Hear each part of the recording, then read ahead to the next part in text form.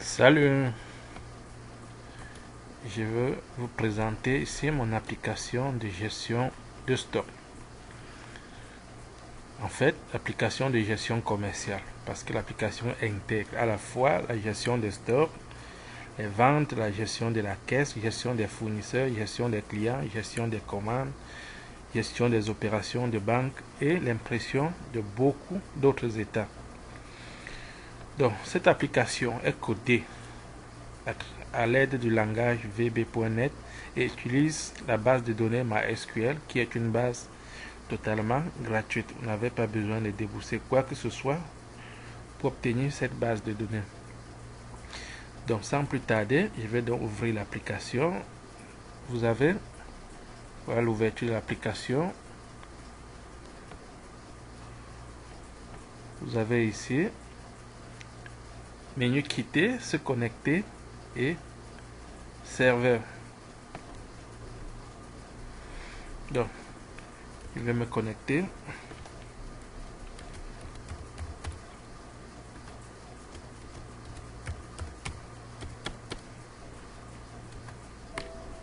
Bienvenue, votre connexion a réussi.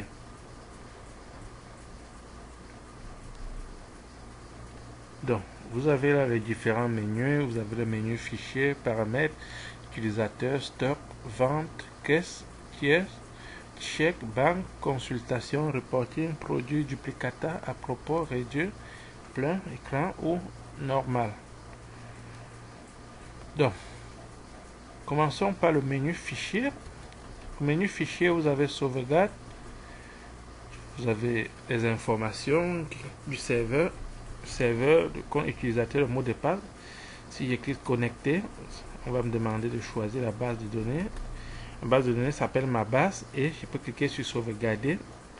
Une autre fenêtre va s'ouvrir. Vous allez voir pour me demander où sauvegarder. Vous avez par exemple ici les bases déjà sauvegardées dans le disque D, dans le fichier sauvegarde. Vous avez le nom du fichier. Vous avez ma base avec la date et l'heure. Donc je ne souhaite pas sauvegarder, je l'ai déjà fait.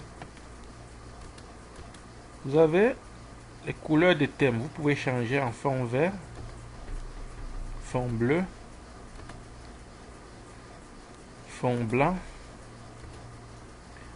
etc. Je reviens au fond original. Vous avez la caisse. Donc, l'application peut gérer plusieurs caisses à la fois. Je vous ai dit, c'est une application de gestion commerciale. Donc, dans un supermarché, par exemple, vous avez plusieurs caisses. Caisse 1, caisse 2, caisse 3. Et toutes les caisses ont accès à une même base de données.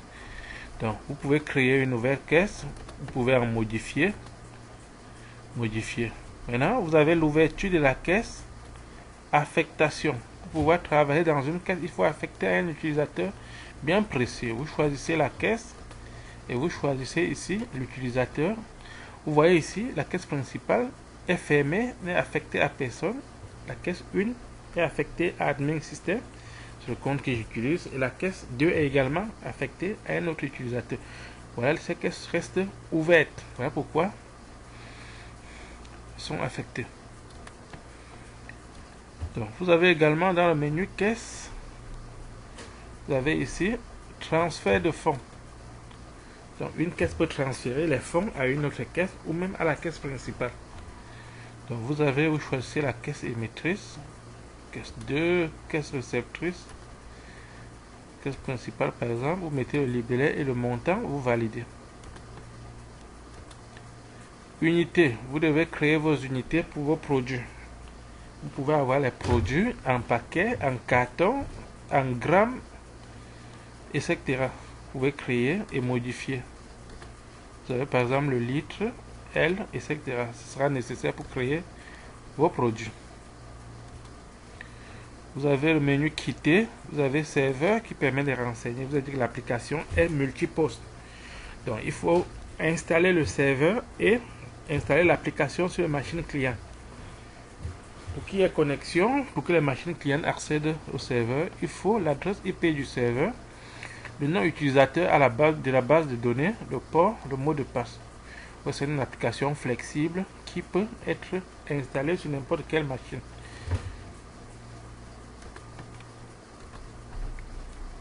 Vous avez arrêt défilement, autorisé défilement. Vous voyez en haut, il y a les informations de l'entreprise qui défilent. Ces informations se paramètrent dans le menu paramètres. Nous allons voir dans une autre vidéo. En bas également, vous ne pouvez pas voir sur cet écran, il y a les produits à commander qui défilent. Quand vous créez les produits, vous vous renseignez un stock minimum. Si le stock est inférieur ou égal à ce stock, le produit va défiler en bas en disant produit à commander. Vous avez la banque, je vous ai dit, vous pouvez faire vos opérations de banque, débit, crédit. Vous pouvez créer une nouvelle banque, vous pouvez en modifier. Et les opérations de banque se feront dans le menu banque que vous voyez ici.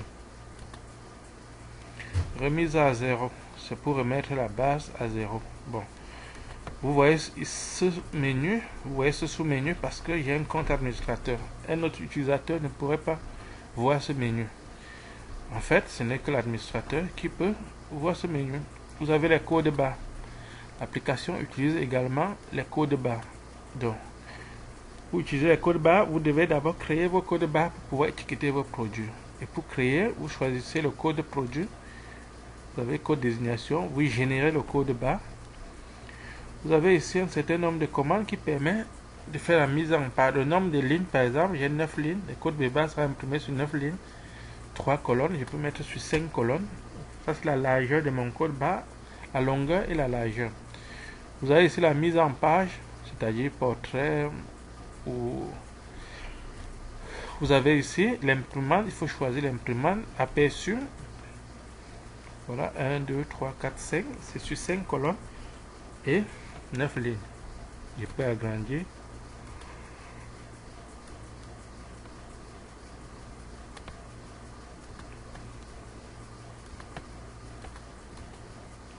Donc, c'est la fin du menu fichier et c'est également la fin de cette vidéo. Merci d'avoir suivi.